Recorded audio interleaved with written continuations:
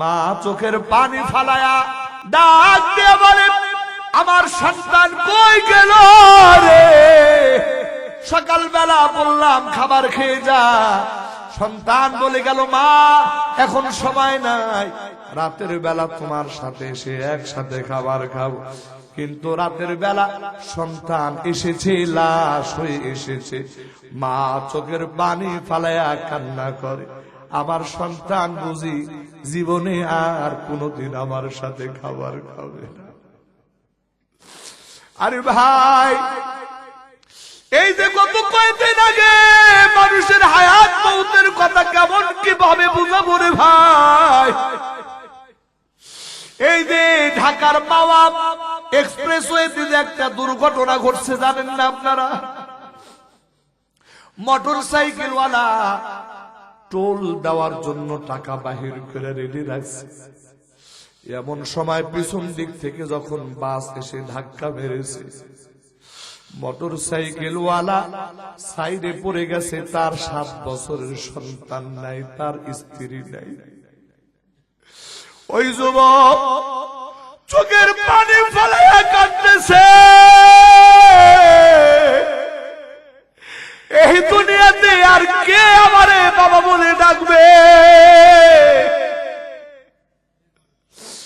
ওই যুবক চোখের পানি ফেলাইয়া কাঁদে। আমি যখন পিছনের দিকে তাকায়া দেখলাম আমার সন্তানটা বাসের চাকার নিচে পড়ে আছে। আমি যখন পিছনে তাকাইলাম, আমি দেখলাম আমার প্রিয়তমা স্ত্রী একেবারে গাড়ির নিচে তারে টেনে হেঁচড়ে নিয়ে যাইতেছে। নিজের চোখের সামনে নিজের সন্তানের, নিজের স্ত্রীর এমন করুণ মৃত্যু দেখার পরে যুবক বলে, আমি দুনিয়াতে আর কি নিয়ে বাঁচব?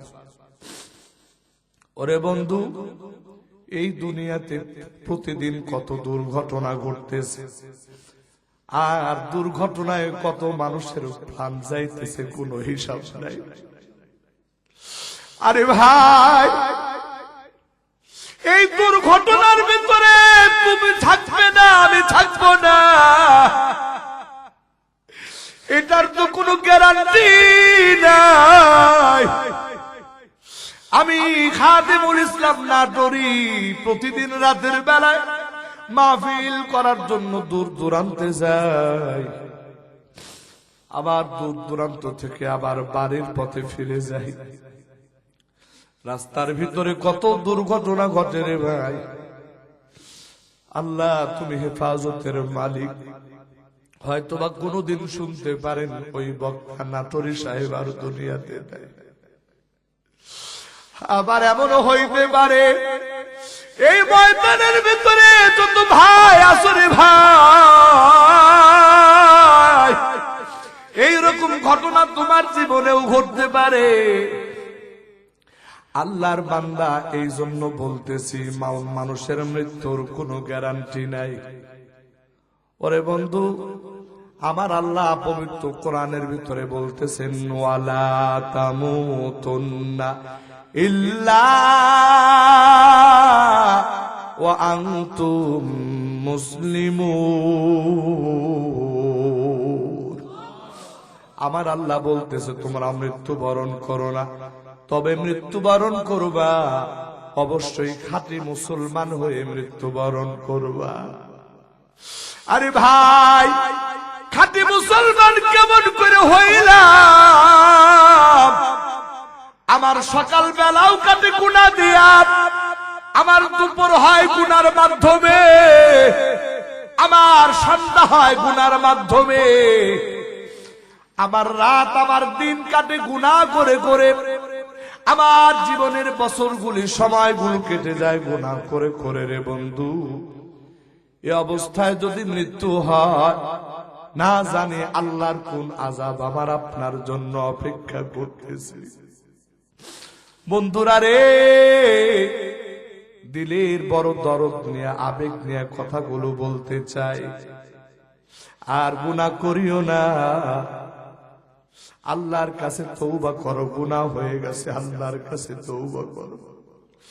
আমার আল্লাহ বলে ইয়া ইবাদি আল্লাযীনা আসরাফু আলা আনফুসিহিম লা তাকনাতু মির রাহমাতিল্লাহ ইন্নাল্লাহা ইয়াগফিরুয যুনুবা জামিআ ইন্নাহু হুয়াল গফুরুর রাহিম।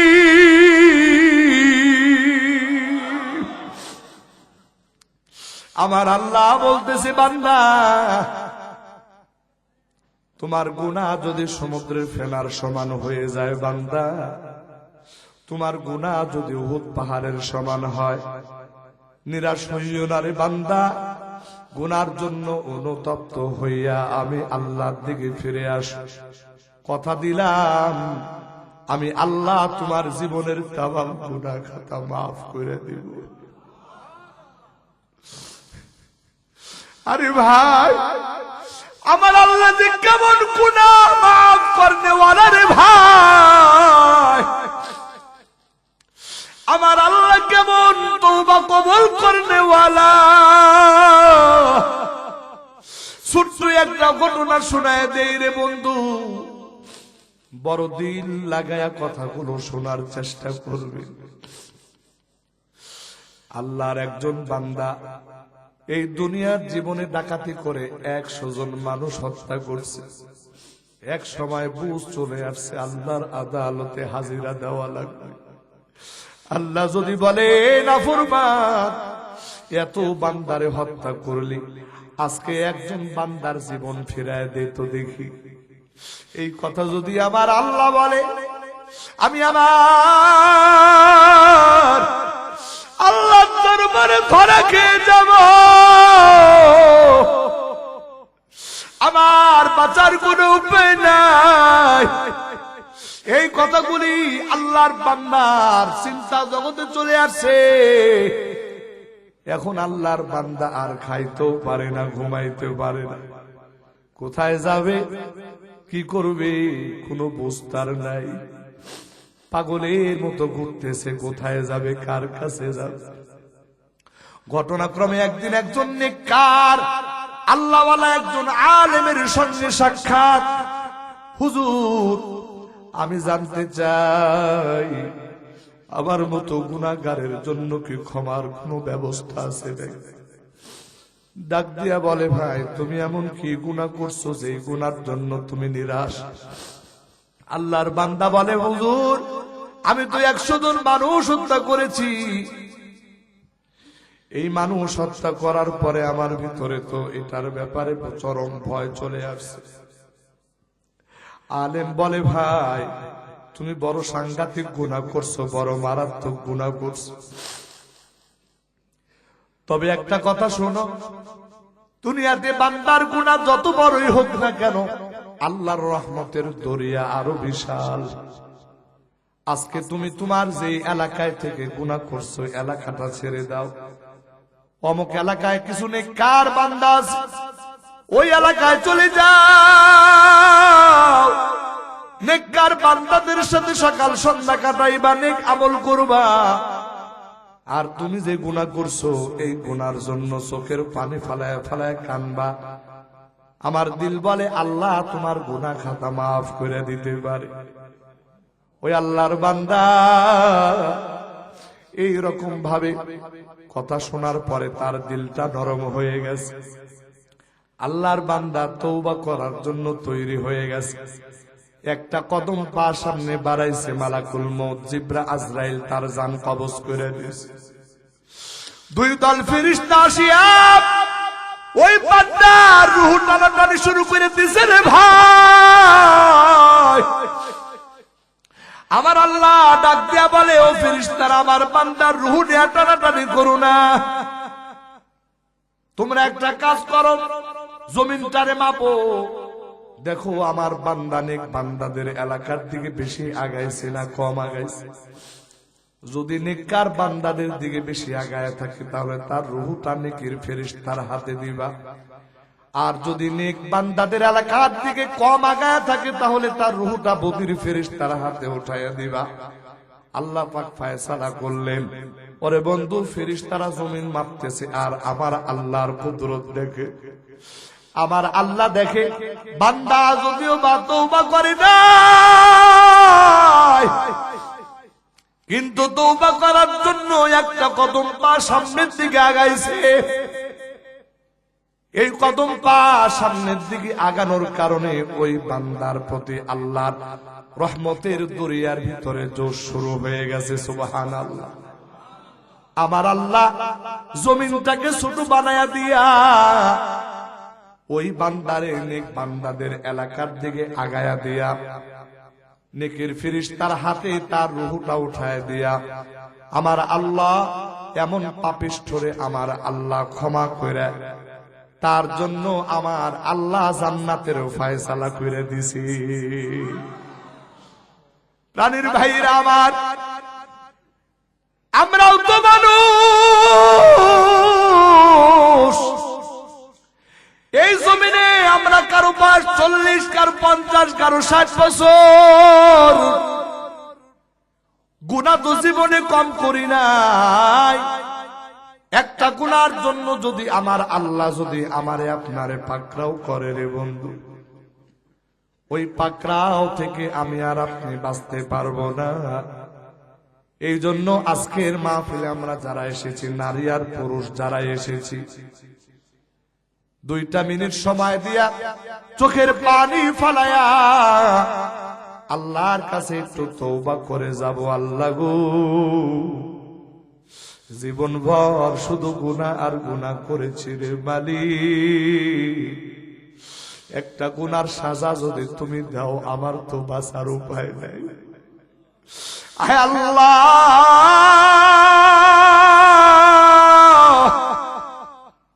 তোমার নাম রহমান, তোমার নাম রহিম, তোমার নাম গফফার সত্তার। আল্লাহ গো, দয়া করিয়া আমাদের তামাম জীবনের গুনাহ খাতাগুলি মাফ করে দাও। আয় আল্লাহ, জীবনে যতদিন বেঁচে থাকবো গো মালিক, আর কোনদিন এক ওয়াক্ত নামাজ ছাড়বো না, আর কোনদিন মিথ্যা কথা বলবো না।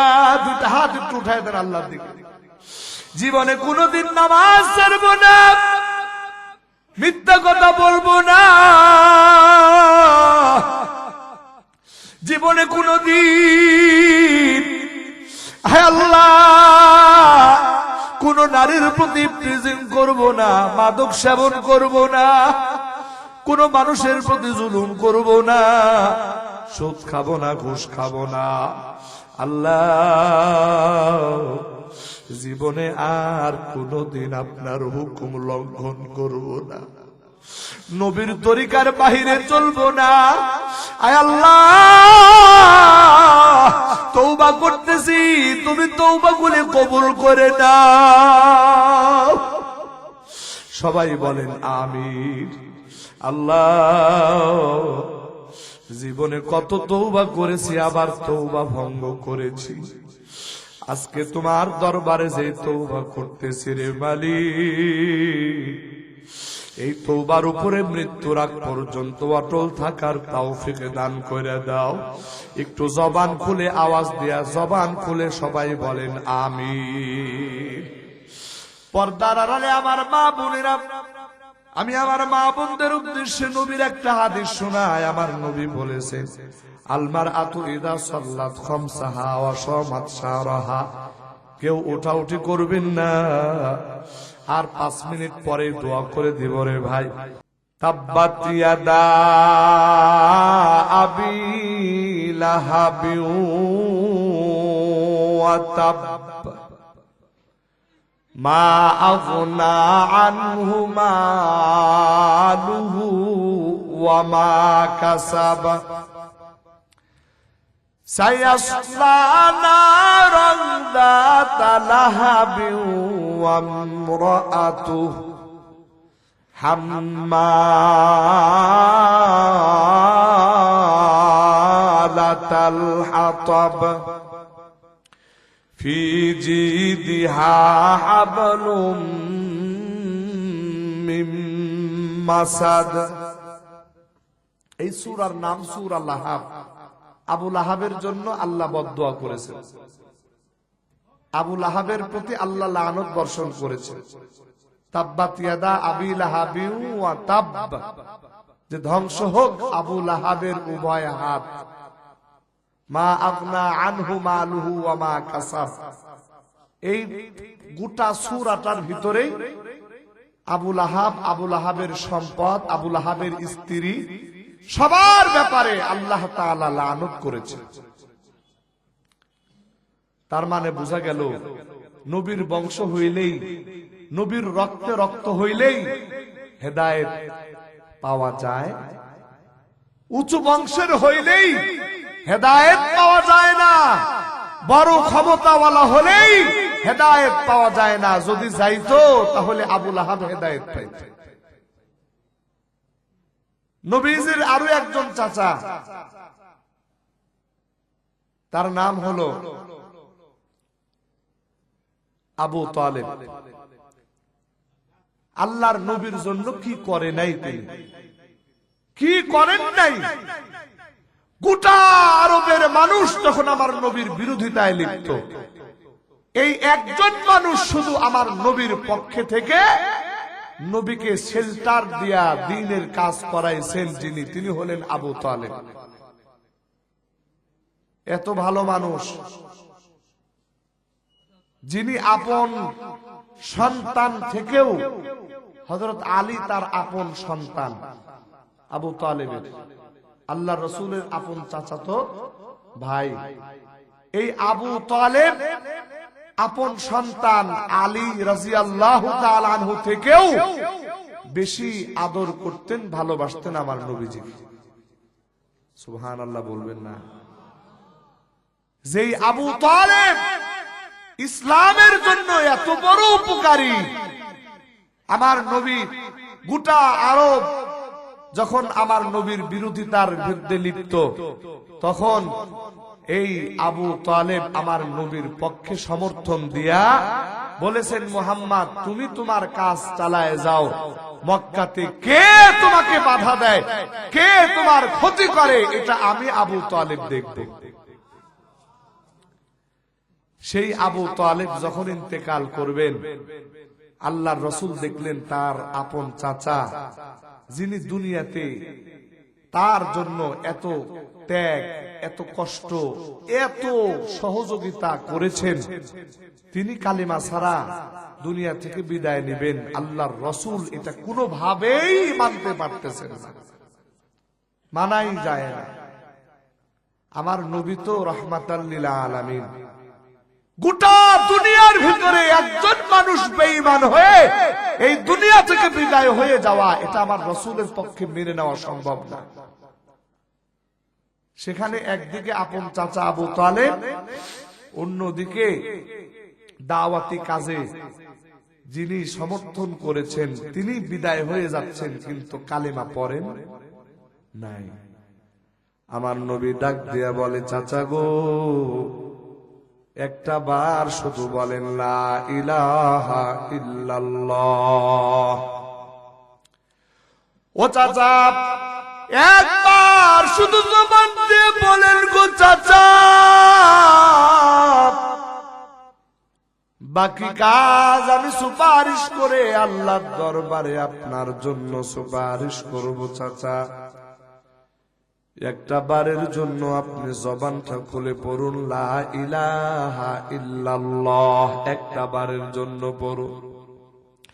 ওরে বন্ধু, ওই একটা বারের জন্য আবু তালেব কিন্তু কালিমাটা পড়তে পারে নাই।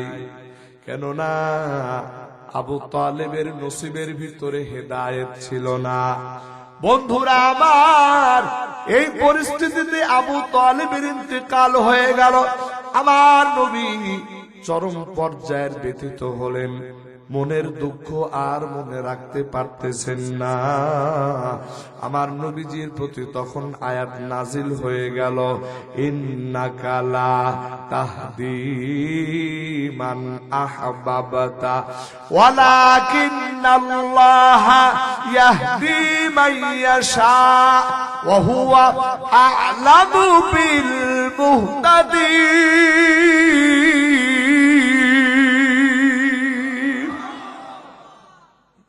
আমার আল্লাহ বলে, ও নবী মুহাম্মদ, আপনি যাকে পছন্দ করবেন তাকে হেদায়েত দিতে পারবেন না, কেননা হেদায়েত তো আপনার হাতে আমি ছেড়ে দেই নাই, বরং হেদায়েত এটা আমি আল্লাহ আমার কুদরতি হাতে রেখেছি। আমি যাকে খুশি তাকে হেদায়েত দেব, আর যাকে চাই না তাকে হেদায়েত দিব না। বন্ধুরা আমার, একদিকে নবীর পঞ্চাচারে ভাই, নবীর বংশধর, নবীর রক্ত, নবীর দেহের মধ্যে যে রক্ত, সেই রক্ত যাদের দেহের মধ্যে, একদিকে তারা হেদায়েত পায় না, অন্যদিকে আল্লাহু আকবার, হযরত সালমান ফার্সি সুদূর, আল্লাহু আকবার, সুদূর পারস্য দেশ থেকে যিনি এসেছেন, আল্লাহ তাকে তার গলার ভিতরে হেদায়েতের রশি পরায় দিয়েছেন। আমার প্রাণের ভাইরা, আমার বন্ধুরা, শুধু তাই নয়, আরে ভাই, আল্লাহর নবীর সাহাবী হযরতে বিলাল রাদিয়াল্লাহু তাআলা আনহু, ওরে বন্ধু, ওই বিলাল সুদূর আফ্রিকা দেশ থেকে এসেছে। ওই বিলাল একজন কৃতদাস ছিল, ওই বিলাল ছিল একজন গোলাম, উন্নত বংশের মানুষ ছিল না। ওই বিলাল চেহারাটাও সুন্দর ছিল না, একেবারে কুৎসিত চেহারা। ওরে বন্ধু, তার ঠোঁটটা দেখলে মানুষ ভয় পেয়ে যাইত, এত ভয়ঙ্কর রূপ তার ছিল। আমার প্রাণের ভাইরা, আমার বন্ধুরা, ওই বিলাল যে কিনা গোলাম, ওই বিলাল উচ্চ বংশের ছিল না, কোন নেতৃস্থানীয় মানুষ ছিল না, কিন্তু আমার আল্লাহ হযরতে বিলালের গলার ভিতরে হেদায়েতের রশি লাগায় দিয়েছে, যার কারণে ওই বিলালের মর্যাদা এত বেড়ে গেছে, এত বেড়ে গেছে। আল্লাহর নবী হাটে, আল্লাহর নবী যখন মিরাজুন নবী সাল্লাল্লাহু আলাইহি ওয়াসাল্লাম যখন মিরাজে গমন করেছেন, জান্নাতের ভিতরে হযরতে বিলাল হাফসি রাদিয়াল্লাহু তাআলা আনহুর পায়ের আওয়াজ শুনেন। হযরতে বিলাল জমিনের মধ্যে হাঁটে, আর হযরতে বিলালের পায়ের আওয়াজ জান্নাতের ভিতরে শোনা যায়। একটু আওয়াজ দিয়া জোরে জোরে বলেন সুবহানাল্লাহ। প্রাণীর ভাইরা আমার, এই জন্যই তো কথা বলতে চাই, আল্লাহর বান্দা কার হেদায়েত কোথায় আছে রে ভাই, কার হেদায়েত কোন কথার ভিতরে আছে, এটা আমিও জানি না, এটা আপনিও জানেন না। আমার বন্ধুরা, এই জন্য যখন দ্বীনের কথা চলতে থাকে রে বন্ধু, ওই সময় দ্বীনের কথাগুলি শোনার জন্য হক্কানি ওলামায়ে কেরামদের কথাগুলো শোনার জন্য, একটু গভীর মনোযোগ দিয়ে কথাগুলো শোনার জন্য ময়দানে জমা হয়ে যাওয়া। হতে পারে আমি খাদেমুল ইসলাম নাটোরের জবান দিয়া এমন কোন কথা আপনার কলিজার ভিতরে লেগে যেতে পারে, যে কথা আপনার জন্য হেদায়েতের ওসিলা হতে পারে।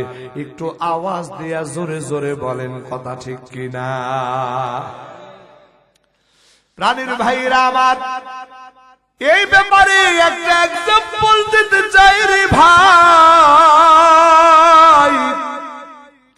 এই দুনিয়ার একজন বাদশা ছিল, তার নাম ছিল ইব্রাহিম ইবনে আদহাম।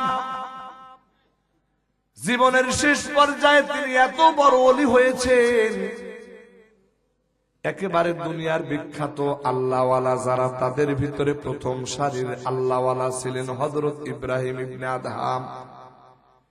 কিন্তু জীবনের প্রথমে তো তিনি এমন ছিলেন না, বরং তিনি ছিলেন একজন দুনিয়াদার বাদশা। দুনিয়াদার বাদশা মানে, আরে ভাই, একজন দুনিয়াদার বাদশা মানে ক্ষমতার অপব্যবহার করিয়া দেশের জনগণের প্রতি জুলুম করা, কথা বলেন ঠিক কিনা? আবার আয়না ঘরের ব্যবস্থা করা, কয় মতের বিরুদ্ধে কথা হইলে, হ্যাঁ নেতার বিরুদ্ধে কথা হইছে, সরকারের বিরুদ্ধে কথা হইছে, ধরে আয়না ঘরের ভিতরে রাখবি এমন ভাবে যাতে করে একেবারে না খায়া না পড়ে জ্বলতে জ্বলতে মরে যায়। নাউজুবিল্লাহ বলে। কিরকম এরকম আয়না ঘর আমাদের দেশে ছিল কিনা? কথা কয় না। আমার প্রাণের ভাইয়েরা, দুনিয়াদার বাদশা মানে, আরে ভাই মনের মধ্যে যা চাইতো তাই করতো রে ভাই। এমন কোন গুনাহ ছিল না যেই গুনাহ তাদের দ্বারা হতো না। আমার বন্ধুরা, অবশেষে আল্লাহ পাক রব্বুল আলামিন ওই ইব্রাহিম ইবনে আদহাম বাদশার হেদায়েত চাইলেন কিভাবে দেখেন। এই ইব্রাহিম ইবনে আদহাম বাদশার একটা অভ্যাস ছিল শিকার করা। এই শিকার করার জন্য অনেক দূর দূরান্তে চলে যাইতেন। একদিন হঠাৎ করে শিকারের নেশা পেয়ে গেল ইব্রাহিম ইবনে আদহাম বাদশাহ। তার সৈনিকদেরকে নিয়ে প্রস্তুত হয়ে গেলেন, শিকারে যাবেন। শিকারে যাওয়ার আগে বাদশার রাজপ্রাসাদ, যেই রাজপ্রাসাদের ভিতরে বাদশা আরাম করেন, বাদশার বিশেষ মহল, বাদীদেরকে বলে গেলেন আমি শিকার কাজে যাচ্ছি, আমার মহলটাকে সুন্দর করে সাজায় গোছায় পরিপাটি করে রাখো। এই নির্দেশ দিয়া বাদশা ইব্রাহিম ইবনে আদহাম চলে গেছে, শিকার কাজের জন্য চলে গেছে, শিকার করবে। বাদশা শিকার কাজে চলে গেছে। এইদিকে বাদশার রাজপ্রাসাদ গুছানো গাছানের দায়িত্বে যে বাদী নিয়োজিত, ওই বাদী বাদশার বিছানাগুলো সুন্দর মতো পরিপাটি করতেছে। বাদশার রংমহলের ভিতরে সবকিছু পরিপাটি করিয়া সুন্দর করিয়া ঝেড়ে মুছে একেবারে সুন্দর করে পরিপাটি করে রাখি। কাজ যখন সমাপ্ত হয়ে গেল, বাদশা যে বিছানার ভিতরে শয়, ওই বিছানার দিকে বাদীর নজর পড়ে গেছে। কাজ তো শেষ, শরীরটা ক্লান্ত। বাদশার যেই বিছানার ভিতরে আরাম করে, বাদী চিন্তায় পড়ে গেছে, এই বাদশার রাজপ্রাসাদের ভিতরে কেউ আসে না, বাদশা স্বয়ং বাদশা এখন নাই। এই জায়গাটা এত সুন্দর বিছানা, আমি একজন বাদী মানুষ, জীবনেও তো এমন বিছানায় শুভ কোনোদিন কল্পনাও করতে পারি না। আজকে যেহেতু সামান্য সুযোগ এসেছে, বাদশার এই আরামদায়ক শাহী বিছানার ভিতরে একটু আরাম করি। এই কথা বলিয়া বাদশার রাজপ্রাসাদের দরজাটা বন্ধ করিয়া বাদী এবার বাদশার সেই সুন্দর আরামদায়ক শাহী বিছানার ভিতরে শুয়ে পড়ছে। মনে মনে ভাবছে, বাদশা তো শিকার কাজের জন্য গেছে, আসতে সময় লাগবে। বন্ধুরা আমার, এই সুযোগে ওই বাদী বাদশার বিছানার ভিতরে শুইয়া আরাম করতেছে, শরীর ক্লান্ত। রাজ্যের ঘুম ওই বাদীর চেহারার ভিতরে নেমে গেছে। তিনি মনে করেছিলেন একটু সময় ঘুমাবেন, কিন্তু যখন ঘুম চলে আসছে, শরীর ক্লান্ত পরিশ্রান্ত, ঘুম আর ভাঙে না। 1 ঘন্টা 2 ঘন্টা 3 ঘন্টা পার হয়ে গেছে, বাদীর চোখের ঘুম আর ভাঙে না। এত আরামদায়ক বিছানার ভিতরে ওই ক্লান্ত পরিশ্রান্ত শরীর নিয়ে যখন শুয়ে পড়ছে রে ভাই, ওই বাদির চোখে রাত্রির ঘুম নেমে আসছে। এই ঘুম আর ভাঙে না, বাদি তো ঘুমাইতেছে। এদিকে বাদশার শিকার কার্য সমাপ্ত করে সন্ধ্যা হওয়ার আগেই বাদশা তার রাজ দরবারে নিজের রাজপ্রাসাদের ভিতরে রংমহলের ভিতরে আরাম করার জন্য যখন ঢুকেছেন, দরজা সামান্য লাগানো ছিল, একটু ধাক্কা দেওয়ার সাথে সাথে দরজা খুলে গেছে। দরজার ভিতরে যখন ঢুকে গেছে, বাদশা যেই দৃশ্য দেখে, সামান্য একজন বাদী কাজের চাকরানি হইয়া বাদশার ওই শাহী বিছানার ভিতরে শুয়ে আছে। এই দৃশ্য দেখার পর বাদশার মাথায় আগুন ধরে গেছে। আর দেরি করে নাই, শাহী চাবুকটা হাতের মধ্যে নিয়ে ওই বাদীকে মারতে আরম্ভ করেছে। যখন পিটাইতে আরম্ভ করেছে, একটা চাবুকের আঘাত যখন বাদী একজন মেয়ে মানুষ, নরম তুলতুলে শরীরের ভিতরে যখন বাদশা রাগান্বিত শাহী চাবুকের আঘাত পরে রে ভাই, একটা আঘাতে বাদীর শরীর একেবারে ক্ষতবিক্ষত হয়ে যায়। বন্ধুরা আমার, ওই বাদী ঘুম থেকে জেগে গেছে রে ভাই। ঘুম থেকে জাগিয়া যে দৃশ্য দেখতে পায়, দেখে বাদশা ইব্রাহিম ইবনে আদহাম তার সামনে দাঁড়িয়ে, হাতের ভিতরে চাবুক, এই চাবুক নিয়ে তার সুনরম শরীরটার ভিতরে আঘাতের উপরে আঘাত করতেছে। বাদী আর দেরি না করিয়া তাড়াতাড়ি করে বাদশার বিছানা থেকে উঠে দাঁড়ায় গেছি, আর বাদশার পায়ে পড়ে গেছে। বাদশা গো, আমি সামান্য বাদী হয়ে আপনার শাহী বিছানায় শুয়ে পড়েছিলাম, বড় অন্যায় করেছি, বড় বেয়াদবি করেছি। আমি আপনার পায়ে ধরে ক্ষমা চাই, জীবনে আর কোনদিন এই অন্যায় এই বেয়াদবি আর কখনো করব না। মেহেরবানি করে আপনি আমারে ক্ষমা করে দেন, আমাকে আর প্রহার করবেন না, দয়া করে আমাকে আর মারবেন না। বন্ধুরা আমার, বাদশা অনেক সময় ধরে মারতে মারতে ক্লান্ত হয়ে গেছে রে ভাই। বাদী যখন ক্ষমা চায়, অনুনয় বিনয় করে যখন ক্ষমা চায়, বাদশা একদিকে ক্লান্ত, অন্যদিকে বাদী যখন ক্ষমা চায়, ক্ষমা করে দেয়, বলে যা, জীবনে যেন তোরে আর কোনদিন এই রাজপ্রাসাদের ভিতরে না দেখি, আমার চোখের সামনে থেকে সরে যা। বাদী তাড়াতাড়ি উঠিয়া বাদশার চোখের সামনে থেকে সরে যাচ্ছেন। বাদশার খাস কামরা থেকে যখন বাহির হইতেছে, বাহির হওয়ার সময় বাদশার খাস কামরার দরজার গেট যখন পার, গেটের সামনে যখন চলে গেছে, গেটের সামনে যাওয়ার পর ওই বাদী বাদশার দিকে তাকাইয়া,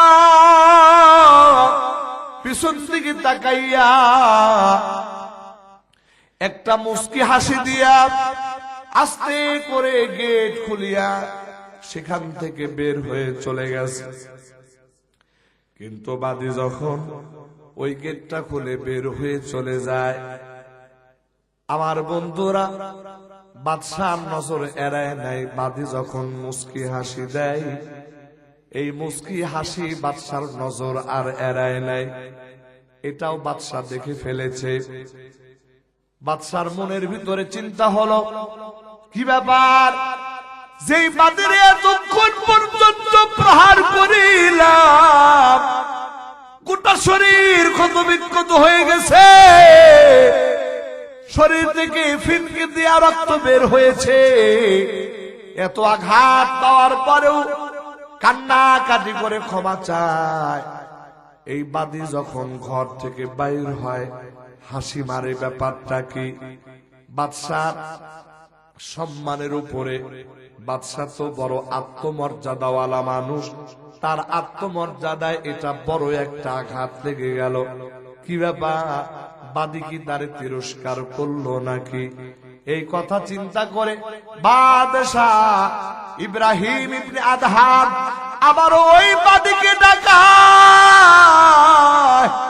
বলে তুমি, আমি তোমারে মারলাম, তোমার শরীর ক্ষত বিক্ষত হলো, তুমি ক্ষমা চাইলে আমি ক্ষমা করলাম। তুমি যখন ঘর থেকে বাহির হলা তখন মুস্কি হাসি দিয়ে গেলা, ব্যাপারটা কি?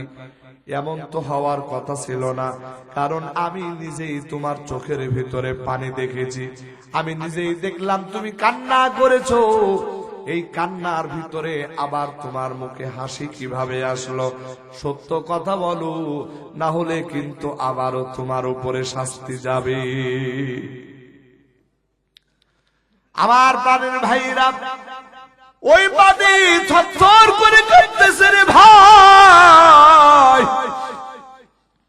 বাদশাহ ডাক দিয়ে বলে, সত্য করে বল কি কথা? বাদী বলতেছে, বাদশাহ আমার তো ভয় লাগতেছে, এই সত্য কথা যদি বলি না জানি আপনি আমার উপরে আরো কত চড়াও হবে।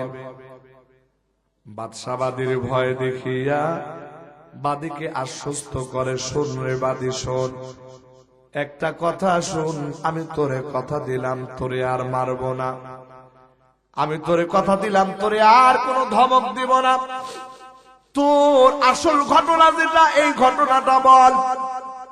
এবার বাদী যখন সাহস পেল, বাদী তখন ডাক দিয়া বলে, ও বাদশাহ জাহাপনা, এটা এমন এক বিছানা, এই বিছানার ভিতরে মাত্র কয়েক ঘন্টা সময় বিশ্রাম নেওয়ার কারণে আমার মতো একজন বাদীকে এত যন্ত্রণা সহ্য করতে হয়। এটা এমন একটা বিছানা, এই বিছানার ভিতরে মাত্র কয়েক ঘন্টা বিশ্রাম করার কারণে আমার মতো মানুষের যদি এত বেতের আঘাত সহ্য করতে হয়, তাহলে আমি চিন্তা করলাম যারা আল্লাহর হুকুম বাদ দিয়া যুগের পরে যুগ এই রকম আরামদায়ক বিছানার ভিতরে আরাম করেছে, ওই দিন আমার আল্লাহ এই আরামদায়ক বিছানায় আরাম করার কারণে আমার আল্লাহ না জানে তাকে কত বেত্রাঘাত করবে। আল্লাহু আকবার বলেন। আমার বন্ধুরা, বাদী বলতেছে, আমি সামান্য সময় বিশ্রাম করার কারণে আমাকে প্রতিদান দেওয়া হয়ে গেছে, বেত্রাঘাত করা হয়েছে, তার মানে আখিরাতে আমাকে আর কোনো সাজা ভোগ করা লাগবে না। এই কথাই চিন্তা করিয়া আমি হাসি দিয়েছি যে আমি তো বেঁচে গেলাম, কিন্তু আপনার কথা চিন্তা করেছি আপনি যুগের পরে যুগ এই বিছানায় আরাম করেছেন, না জানি আল্লাহর আদালতে আপনার কি পরিণতি হবে। বন্ধুরা আমার, এই কথাটুকু শোনার পর ইব্রাহিম ইবনে আদহাম নিজের অন্তরের ভিতরে এমন ভাবে কথাটা জেগে গেছে রে ভাই, একেবারে লাজবাব হয়ে গেছে। বাদীরা আর কিছুই বলতে পারে না, ইশারায় বাদীকে চলে যেতে বলে। বাদশাহ ইব্রাহিম ইবনে আদহাম তিনি ওই বিছানার ভিতরে যখন শুইতে গেলেন, পরিশ্রান্ত ক্লান্ত শরীর, অন্যান্য দিন তাড়াতাড়ি ঘুম চলে আসে, কিন্তু আজকে ওই বাদশার চোখে আর ঘুম আসে না। ইব্রাহিম ইবনে আদহামের চোখে ঘুম আসে না, শুধু ওই বাদের কথা তার অন্তরের ভিতরে চিন্তা হয়। বাদী কি কথা বলে গেল, এই কথাটাই শুধু বাদশা ইব্রাহিম ইবনে আদহাম তার অন্তরের ভিতরে চিন্তা হইতেছে। রে বন্ধু, বাদশার চোখে এই চিন্তার কারণে ঘুম হয় না।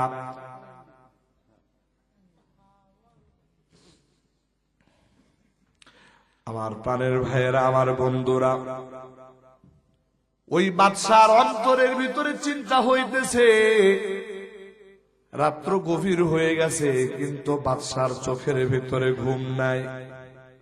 ওরে বন্ধু, বাদশার চোখের ভিতরে ঘুম নাই, বাদশা জেগে আছে। ঠিক রাতের যখন মধ্যভাগ, রাত যখন গভীর হয়ে গেছে, রে ভাই, দুনিয়ার মানুষগুলি ঘুমিয়ে আছে তো।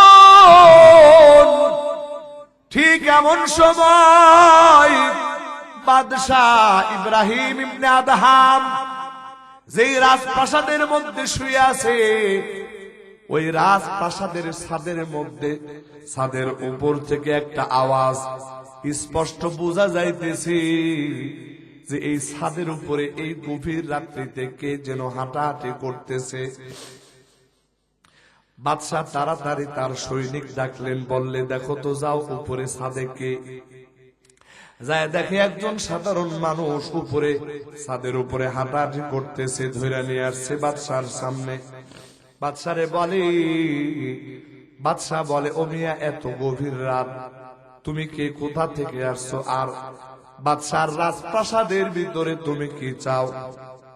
এই গভীর রাত্রিতে মানুষ যখন ঘুমায় আছে, তখন তুমি কি চাইতেছো? বন্ধুরা আমার, ওই লোকটা বাদশাকে ডাক দিয়ে বলে, বাদশা গো, আমি তো আমার পছন্দনীয় দামি আমার একটা উট, এই উট হারায়া আমি পাগল পাড়া, এই উটের সন্ধানে আমি আপনার রাজপ্রাসাদের ছাদে চলে আসছি। বাদশাহ ইব্রাহিম ইবনে আদহাম ওই লোকটারে ডাক দিয়া বলে, ও মিয়া, এই দুনিয়ার ভিতরে তো তোমার মতো আহাম্মক মানুষ দেখি নাই। বলে, কেন? বলে, মানুষের উট হারায় গেলে বনের ভিতরে যায় উট খুঁজবে, উট হারায় গেলে জঙ্গলের ভিতরে যায় উট খুঁজবে, বাজারের ভিতরে যায় উট খুঁজবে, কিন্তু তুমি সেটা না করিয়া আমি বাদশা আমার রাজপ্রাসাদের ভিতরে তুমি উট খোঁজাখুঁজি করতেছো। মিয়া, তোমার মতো এত বড় আহাম্মক এই দুনিয়াতে আছে। এবার ওই লোকটা ডাক দেয়া বলে, বাদশা গো, আমার উট হারায় গেছে, এই উট বনে জঙ্গলে না খুঁজিয়া আপনার রাজপ্রাসাদের ছাদের উপরে খোঁজার কারণে যদি আমি দুনিয়ার সব থেকে বড় আহাম্মক হই, তাহলে তো আমার দৃষ্টিতে আপনি আমার থেকেও বড় আহাম্মক। বলে, কিভাবে? বলে, আপনি ওই নরম তুলতুলে বিছানার ভিতরে শুইয়া আপনি আল্লাহরে খুঁজেন, আল্লাহরে খুঁজেন, আল্লাহরে খুঁজেন, পাবেন কেমন করে? ভালো করে মনে রাখবেন, আল্লাহরে খুঁজতে হলে আল্লাহর রাস্তায় যাইতে হয়। আল্লাহরে খুঁজতে হইলে রাজপ্রাসাদের নরম তুলতুলে বিছানার ভিতরে শুইয়া আল্লাহরে পাওয়া যায় না। যেহেতু আপনি ওই নরম তুলতুলে বিছানার ভিতরে শুইয়া আল্লাহরে পাইতে চান, এই জন্য আমি বলে দিলাম, আপনার থেকে আহাম্মক আর কেউ হতে পারে না। বন্ধুরা আমার, এই হলো ইব্রাহিম ইবনে আদহাম। একই দিনের ভিতরে পর পর দুইটা ঘটনা ওই বাদশা ইব্রাহিম ইবনে আদহামের চিন্তার জগতের ভিতরে এমন ভাবে ঢুকে গেছে, হাজার চিন্তা ভাবনা করিয়াও, হাজার চেষ্টা করিয়াও বাদশা এই কথাগুলো বলতে পারে না। ওরে বন্ধু, বাদশার মেজাজ থেকে এই কথাগুলো বাহির হয় না। বাদশা শুধু চিন্তা করে, হ্যাঁ কথা তো বাস্তব। আল্লাহরে যদি পাইতে হয় তাহলে অবশ্যই মুজাহাদা করা দরকার। আল্লাহরে পাইতে হলে অবশ্যই বান্দার পক্ষ থেকে কিছু চেষ্টা তদবির থাকা দরকার। আমার আল্লাহ পবিত্র কোরআনের মধ্যে বলেন, ওয়াল্লাযীনা জাহাদু ফিনা লানাহদিয়ান্নাহুম সুবুলানা ওয়া ইন্নাল্লাহা লামাআল মুহসিনিন। আমার আল্লাহ বলে, আমি আল্লাহরে পাওয়ার জন্য যারা চেষ্টায় লিপ্ত হয়, সাধনায় লিপ্ত হয়, ওরে বন্ধু আমার আল্লাহ বলে, আমি আল্লাহ ওই বান্দার জন্য আমার পথ দেখায় দেই। জোরে বলেন সুবহানাল্লাহ। আমার প্রাণের ভাইরা, ওই ইব্রাহিম ইবনে আদহাম এই ঘটনার পর থেকে তিনি তার রাজত্ব ছাড়িয়া দিয়া, ভোগ বিলাসের জীবন ছেড়ে দিয়া আল্লাহর বান্দা আল্লাহরে পাওয়ার জন্য যখন বাহির হয়ে গেছি, আমার আল্লাহ ওই ইব্রাহিম ইবনে আদহামের নামটা ওলির দফতরে লিখা দিছে। শুধু তাই নয়, এই দুনিয়াতে প্রথম সারির যত আল্লাহর প্রিয় বান্দা, এই প্রথম সারির আল্লাহ ওয়ালাদের ভিতরে হযরতে ইব্রাহিম ইবনে আদহামের নাম আমার আল্লাহ উঠায়া দিয়েছে। একটু আওয়াজ দিয়া জোরে জোরে বলেন সুবহানাল্লাহ। প্রাণীর ভাইরা, আমার বন্ধুরা, আমার এই পর্দার অন্তরালের আমার মা বোনেরা, এই জন্যই আমি কথাগুলো বলতেছিলাম। কার কথার ভিতরে কার জন্য হিদায়েত আল্লাহই ভালো জানে। আমার বন্ধুরা, আমরা সবাই আল্লাহ পাকের দরবারে হিদায়েত চাই। ওরে বন্ধু, হিদায়েত যদি না পাই তাহলে তো দুনিয়াও বরবাদ, আখিরাতও বরবাদ। হিদায়েত যদি পেয়ে যায় তাহলে তো আমার দুনিয়াও আমার আখিরাত সবকিছুই সফল। ওরে বন্ধু, আজকের এই মাহফিল থেকে আমরা যারা ওয়াজ শোনার জন্য এসেছি, এই আওয়াজ যতদূর পর্যন্ত শোনা যাইতেছে রে ভাই, আল্লাহ পাক রব্বুল আলামিন যেন আমাদের সবার জন্য হেদায়েত দান করেন। একটু জবান খুলে আওয়াজ দিয়ে জোরে বলেন আমিন। প্রাণীর ভাইরা, আমার বন্ধুরা, আমার আল্লাহ, আমি যে আয়াতে কারিমা তিলাওয়াত করেছি, আমার আল্লাহ বলতেছেন, আল্লাযী খালাকাল মাউতা ওয়াল হায়াতা লিয়াবলুয়াকুম আইয়ুকুম আহসানু আমালা ওয়া হুয়াল আজিজুল গফুর। আমার আল্লাহ বলে, এ বান্দা, আমি আল্লাহ হায়াত সৃষ্টি করেছি, আমি আল্লাহ মৌত সৃষ্টি করেছি। কেন রে বান্দা? আমি আল্লাহ এটা পরীক্ষা করে দেখার জন্য যে তোমাদের ভিতরে কোন কোন বান্দা ভালো আমল করে, নেক আমল করে। প্রাণের ভাইরা, আমার বন্ধুরা, আমার এই হলো আয়াতে কারিমার তরজমা রে ভাই। এই আয়াত থেকে আমার আল্লাহ দুনিয়ার ইমানদারদেরকে বুঝাইতে চান, ও দুনিয়ার ইমানদার, আমি আল্লাহ তোমারে 50 বছর, 60 বছর, 80 বছর যে হায়াত দিয়েছি, এটা আমি আল্লাহ দিয়েছি। কেন দিয়েছি রে বান্দা? আমি আল্লাহ তোমার আমলটা পরীক্ষা করার জন্য। ওরে বন্ধু, দুনিয়ার সমস্ত মানুষ যখন আল্লাহর আদালতে হাজির হয়ে যাবে, আল্লাহর আদালতে যখন হাজির হয়ে যাবে, 50, 60, 80 বছর এই বান্দা দুনিয়াতে যা কিছু করেছে, এই বিষয়গুলো আমার আল্লাহ বান্দার কাছে জানতে যাবে। এ বান্দা, তুমি এই হায়াতে জীবনটা তুমি কোন পথে কাজে লাগাইছো? ভাইরা আমার, ওই দিন আমার আল্লাহর আদালতের ভাই আমার আপনার আমল নামাগুলি প্রকাশ হয়ে যাবে।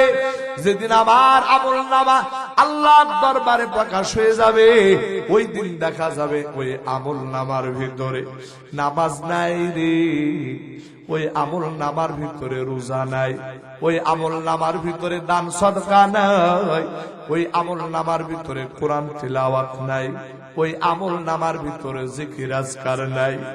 আমার প্রাণের ভাইরা, আমার বন্ধুরা, এবার আমি আপনাদের উদ্দেশ্যে বলতে চাই, আল্লাহ পাকের আদালতে যেদিন হাজির হব, এর ভাই আমার আপনার আমল নামার পরিস্থিতি যদি এমন হয়, আল্লাহর আদালতে আমি আর আপনি কেমন করে চেহারাটা দেখাবো? ওরে বন্ধু, লজ্জায় সেদিন মাথা নত হয়ে যাবে। মানুষগুলি সেদিন আফসোস করবে, সেদিন আফসোস করিয়াও কোনো লাভ নাই, সেদিন লজ্জা পাইলেও কোনো লাভ নাই। আল্লাহ প্রদত্ত শাস্তি আমার আপনার জন্য নির্ধারিত হয়ে যাবে। একটু আওয়াজ দিয়া জোরে জোরে বলেন, কথা ঠিক কিনা? প্রাণীর ভাইরা, আমার বন্ধুরা, আমার ওই আখিরাতে আল্লাহর আইন, আল্লাহর আদালতে যখন টেনে যাবে রে ভাই, ওই দিন আমার আপনার বিরুদ্ধে যে শাস্তির ব্যবস্থা হবে রে, ওই শাস্তি কেউ সহ্য করার মতো হবে না। যদি দুনিয়ার কোন মানুষ বলে ওই জাহান্নামের আযাব বরদাস্ত করার ক্ষমতা আমার আছে, তাহলে এই ওয়াজটা আমি তাদের জন্য করি না। কিন্তু যদি কোনো ব্যক্তি বলে না, ওই জাহান্নামের আযাব বরদাস্ত করার মতো ক্ষমতা আমার নাই, এই কথা যে ব্যক্তি বলবে, আমার এই ওয়াজ, আমার এই নসিহত শুধু তার জন্য রে ভাই। আমি আপনাদের মাঝে আজকে এসেছি, জীবনে আর কোনদিন আপনাদের মাঝে আসবো কিনা জানি না, আর কোনদিন আপনার সাথে আমার সাক্ষাৎ হবে কিনা জানি না। অন্তরের দরদ দিয়ে দুইটা কথা বলতে চাই রে বন্ধু। মানুষের হায়াত মৌতের কোনো গ্যারান্টি নাই। এই যে দেখেন না, কত মানুষ নিজের ঘর থেকে বাহির হয়ে গেছে, যুবক মানুষ মোটর সাইকেলটা নিয়ে বাহির হয়ে গেছে। আল্লাহর বান্দা আর জীবিত অবস্থায় বাড়িতে ফিরতে পারে। মা চোখের পানি ফালায়া ডাক দিয়ে বলে, আমার সন্তান কই গেল রে? সকালবেলা বললাম খাবার খেয়ে যা, সন্তান বলে গেল, মা এখন সময় নাই, রাতের বেলা তোমার সাথে এসে একসাথে খাবার খাবো। কিন্তু রাতের বেলা সন্তান এসেছে, লাশ হয়ে এসেছে। মা চোখের পানি ফালায়া কান্না করে, আমার সন্তান বুঝি জীবনে আর কোনদিন আমার সাথে খাবার খাবে না। আরে ভাই, এই যে গত কয়েকদিন আগে মানুষের হায়াত মৌতের কথা কেমন কিভাবে বুঝাবো রে ভাই? এই যে ঢাকার মাওয়া এক্সপ্রেসওয়েতে যে একটা দুর্ঘটনা ঘটছে জানেন না আপনারা? মোটর সাইকেলওয়ালা টোল দেওয়ার জন্য টাকা বাহির করে রেডি রাখছে, এমন সময় পিছন দিক থেকে যখন বাস এসে ধাক্কা মেরেছে, মোটর সাইকেলওয়ালা সাইডে পড়ে গেছে। তার 7 বছরের সন্তান নাই, তার স্ত্রী নাই। ওই যুবক চোখের পানি ফেলাইয়া কাঁদতেছে, এই দুনিয়াতে আর কে আমারে বাবা বলে ডাকবে? ওই যুবক চোখের পানি ফেলাইয়া কাঁদে। আমি যখন পিছনের দিকে তাকায়া দেখলাম আমার সন্তানটা বাসের চাকার নিচে পড়ে আছে।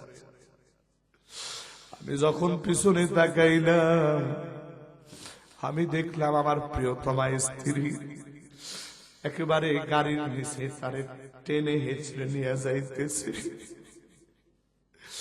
নিজের চোখের সামনে নিজের সন্তানের, নিজের স্ত্রীর এমন করুণ মৃত্যু দেখার পরে যুবক বলে আমি দুনিয়াতে আর কি নিয়ে বাঁচব।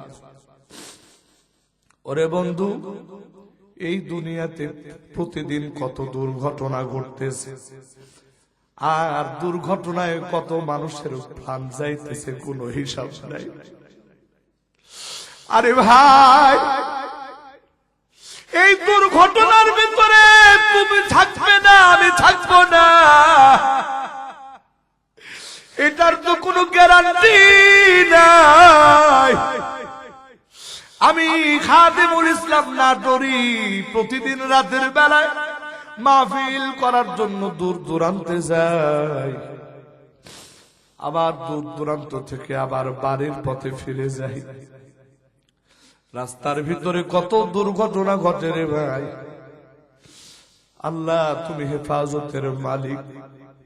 হয়তোবা কোনদিন শুনতে পারেন ওই বক্তা নাটোরি সাহেব আর দুনিয়াতে নাই। আবার এমনও হইতে পারে এই ময়দানের ভিতরে যত ভাই আসরে ভাই, এইরকম ঘটনা তোমার জীবনেও ঘটতে পারে।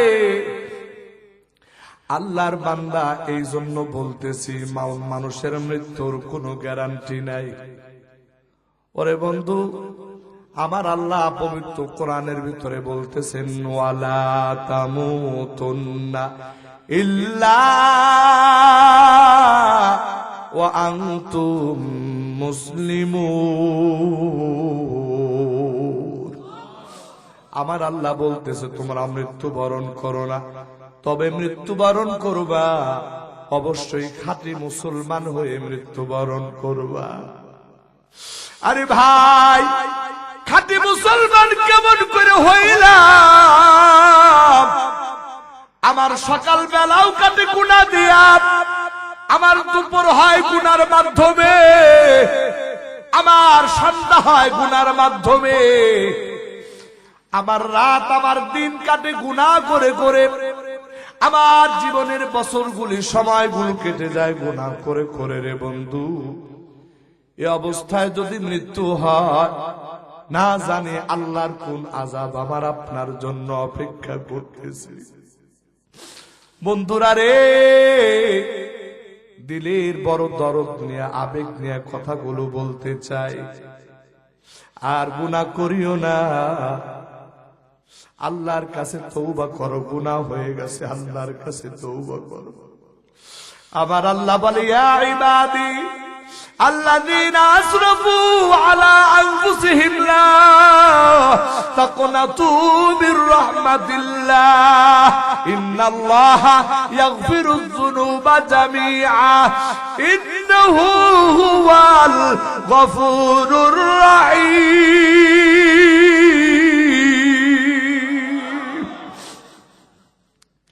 আমার আল্লাহ বলতেছে বান্দা, তোমার গুনাহ যদি সমুদ্রের ফেনার সমান হয়ে যায় বান্দা, তোমার গুনাহ যদি উহুদ পাহাড়ের সমান হয়, নিরাশ হইও না রে বান্দা। গুনার জন্য অনুতপ্ত হইয়া আমি আল্লাহর দিকে ফিরে আস। কথা দিলাম আমি আল্লাহ তোমার জীবনের তামাম গুনাহ খাতা মাফ করে দিব। আরে ভাই, আমার আল্লাহ যে কেমন গুনাহ মাফ করনে ওয়ালা রে ভাই, আমার আল্লাহ কেমন তওবা কবুল করনে ওয়ালা। ছোট্ট একটা ঘটনা শোনায় দেই রে বন্ধু, বড় দিল লাগায়া কথাগুলো শোনার চেষ্টা করবে। আল্লাহর একজন বান্দা এই দুনিয়ার জীবনে ডাকাতি করে 100 জন মানুষ হত্যা করছে। এক সময় বুঝ চলে আসছে আল্লাহর আদালতে হাজিরা দেওয়া লাগবে। আল্লাহ যদি বলে নাফরমান, এত বান্দারে হত্যা করলি, আজকে একজন বান্দার জীবন ফিরায় দে তো দেখি। এই কথা যদি আমার আল্লাহ বলে, আমি আমার আল্লাহর দরবারে ধরা খেয়ে যাব।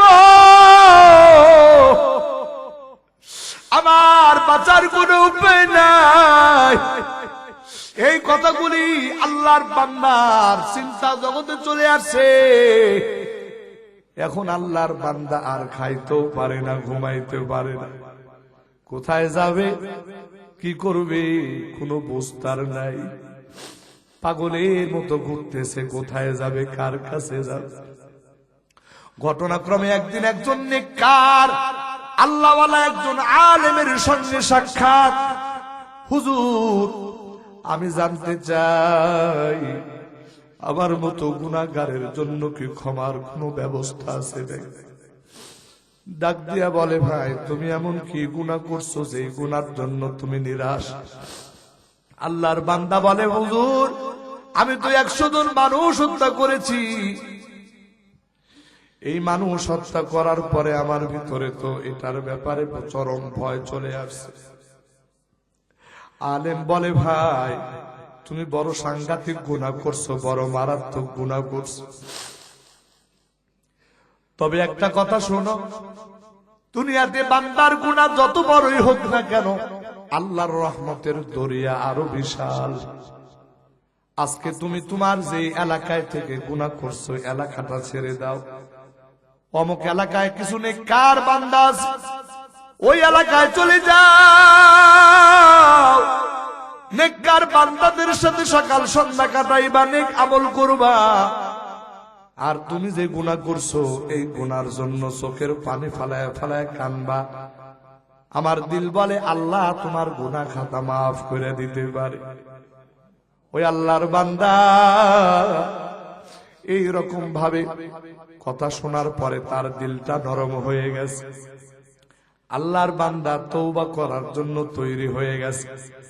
একটা কদম পা সামনে বাড়াইছে, মালাকুল মউত জিবরাইল আজরাইল তার জান কবজ করে দিয়েছে। 2 দল ফেরেশতা আসিয়া ওই বান্দার রূহ টানাটানি শুরু করে দিয়েছে। রে ভাই, আমার আল্লাহ ডাক দিয়া বলে, ও ফেরেশতারা আমার বান্দার রূহ নিয়ে টানাটানি করো না। তোমরা একটা কাজ করো, জমিনটারে মাপো, দেখো আমার বান্দা নেক বান্দাদের এলাকার দিকে বেশি আগাইছে না কম আগাইছে। যদি নেককার বান্দাদের দিকে বেশি আগায় থাকে তাহলে তার রূহটা নেকির ফেরেশতার হাতে দিবা। আর যদি নেক বান্দাদের এলাকার দিকে কম আগায় থাকে তাহলে তার রূহটা বদির ফেরেশতার হাতে উঠাইয়া দিবা। আল্লাহ পাক ফয়সালা করলেন, ওরে বন্ধু ফেরেশতারা জমিন মাপতেছে আর আমার আল্লাহর কুদরত দেখে। আমার আল্লাহ দেখে বান্দা যদিও বা তওবা করে না, কিন্তু তওবা করার জন্য একটা কদম পা সামনের দিকে আগাইছে।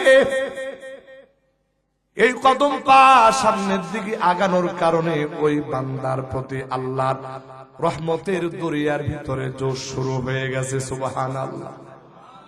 আমার আল্লাহ জমিনটাকে ছোট বানায়া দিয়া ওই বান্দারে নেক বান্দাদের এলাকার দিকে আগায়া দিয়া নেকের ফেরেশতার হাতে তার রূহটা উঠায় দিয়া আমার আল্লাহ এমন পাপিষ্ঠরে আমার আল্লাহ ক্ষমা করে তার জন্য আমার আল্লাহ জান্নাতের ফয়সালা করে দিছি। প্রাণীর ভাইরা আমার, আমরাও তো মানুষ।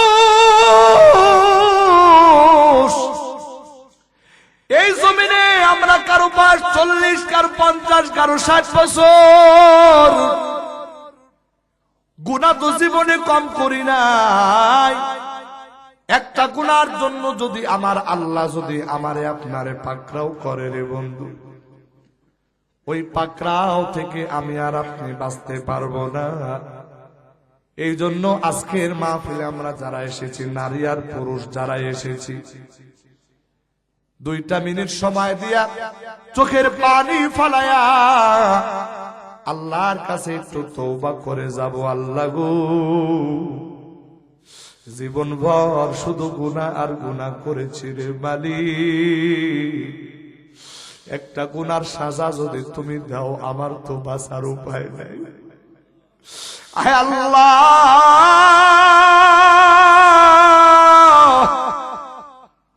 তোমার নাম রহমান, তোমার নাম রহিম, তোমার নাম মুগফফার সত্তার। আল্লাহ গো দয়া করিয়া আমাদের তামাম জীবনের গুনাহ খাতাগুলি মাফ করে দাও। আয় আল্লাহ, জীবনে যতদিন বেঁচে থাকবো গো মালিক, আর কোনদিন এক ওয়াক্ত নামাজ ছাড়বো না, আর কোনদিন মিথ্যা কথা বলবো না। দুইটা হাত একটু উঠায় দেন আল্লাহর দিকে। জীবনে কোনদিন নামাজ ছাড়বো না, মিথ্যা কথা বলবো না, জীবনে কোনদিন হে আল্লাহ কোন নারীর প্রতি প্রিজিং করব না, মাদক সেবন করব না, কোন মানুষের প্রতি জুলুম করব না, সুদ খাবো না, ঘুষ খাবো না। আল্লাহ জীবনে আর কোনদিন আপনার হুকুম লঙ্ঘন করব না, নবীর তরিকার বাহিরে চলবো না। আয় আল্লাহ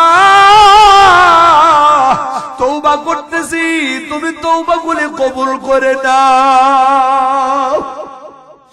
সবাই বলেন আমিন। আল্লাহ জীবনে কত তওবা করেছি, আবার তওবা ভঙ্গ করেছি।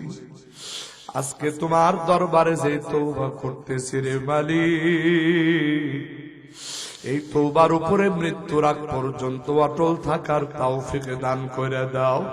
একটু জবান খুলে আওয়াজ দেয়া, জবান খুলে সবাই বলেন আমিন। পর্দার আড়ালে আমার মা বোনেরা, আমি আমার মা বোনদের উদ্দেশ্যে নবীর একটা হাদিস শোনাই। আমার নবী বলেছেন, আলমার আতু ইদা সাল্লাত খামসাহা ওয়া সামাত শাহরাহা, কেউ উঠাউঠি করবেন না, আর 5 মিনিট পরে দোয়া করে দিব রে ভাই, চোখের পানি ফালায়া গুনাহগুলি মাফ করায়া বেগুনাহ নিষ্পাপ অবস্থায় আল্লাহ আমরা আমাদের বাড়িতে ফিরতে চাই। আমার মা বোনদের উদ্দেশ্যে মাত্র 2 মিনিট কথা। 1 নাম্বার 5 ওয়াক্ত নামাজ, 2 নাম্বার রমজান মাসের রোজা, 3 নাম্বার পর্দার বিধান মান্য করা, 4র্থ নাম্বার স্বামীর খেদমত করা। এই 4টা কাজ যদি করো মা, আমার নবী ঘোষণা দিয়েছে, ও দুনিয়ার নারীরা শোনো, তোমাদের জন্য জান্নাত একেবারে সহজ, একেবারে সহজ। এই 4টা কাজ যদি করো, আমার আল্লাহ তোমার জন্য জান্নাতের 8টা দরজা খুলে দিবে। আর এই দরজাগুলি দিয়া, যেই দরজা দিয়ে তুমি জান্নাতে যেতে চাও, ওই দরজা দিয়ে তোমার জান্নাতে আল্লাহ যাওয়ার তৌফিক দিবে। ও গো মা, আজকের এই মাহফিলে তওবা করে যান, এই 4টা আমল জীবনে কোনোদিন ছাড়বেন না।